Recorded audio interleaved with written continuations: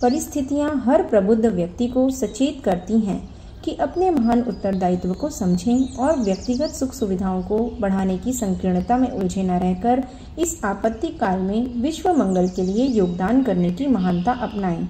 पंडित श्री राम शर्मा आचार्य। पुस्तक का नाम हम बदलें तो दुनिया बदले।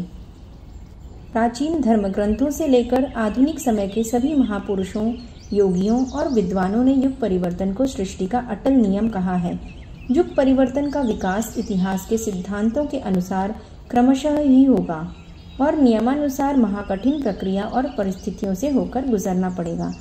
जिस समय में हम जी रहे हैं वह भारी उथल पुथल का युग है। मानव जाति लंबे समय से जिस अनीति का आश्रय लिए हुए है उसके प्रायश्चित का ठीक समय यही है। व्यक्ति के विकृत दृष्टिकोण ने उसको अपने ही जाल में उलझा दिया है। परिणाम स्वरूप अनैतिकता और दुर्भावना से सारा वातावरण दूषित हो गया है।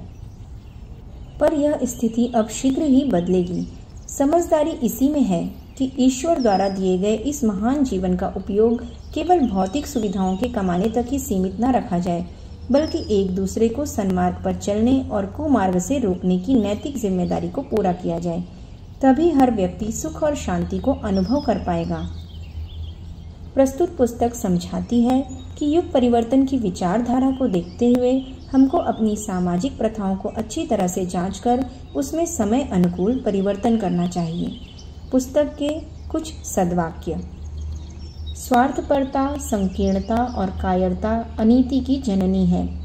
व्यक्ति और समाज की बढ़ती हुई दुष्प्रवृत्तियों का नियंत्रण महान आत्माओं का यही एकमात्र परम कर्तव्य है।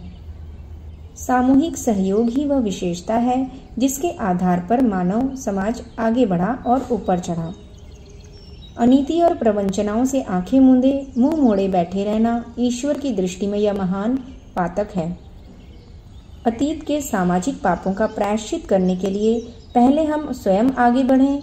तृष्णाओं और वासनाओं को छोड़कर आत्म सुधार और लोक कल्याण के लिए समय निकालें। पुस्तक के मुख्य बिंदु। युग परिवर्तन और उसकी संभावनाएं। इस विषम वेला में हमारा महान उत्तरदायित्व। परिवर्तन का केंद्र बिंदु सद्ज्ञान।